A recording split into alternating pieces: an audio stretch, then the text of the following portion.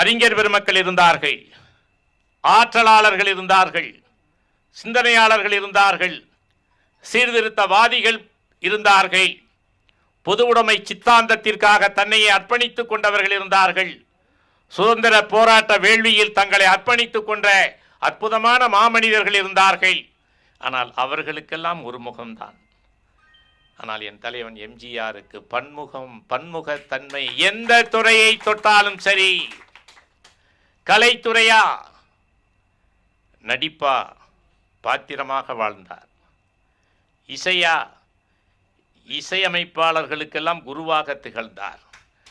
பாடலா, அந்த பாடல் வரிகளை புரட்சி தலைவரை தவிர கவியரசு எழுதுகின்ற வார்த்தையை, பட்டுக்கோட்டையார் எழுதுகின்ற வார்த்தையை, வாலி எழுதுகின்ற வார்த்தையை மாற்றுகின்ற ஆற்றலை பெற்றிருந்த ஒரே தலைவர் புரட்சி தலைவர் எம்ஜிஆர்.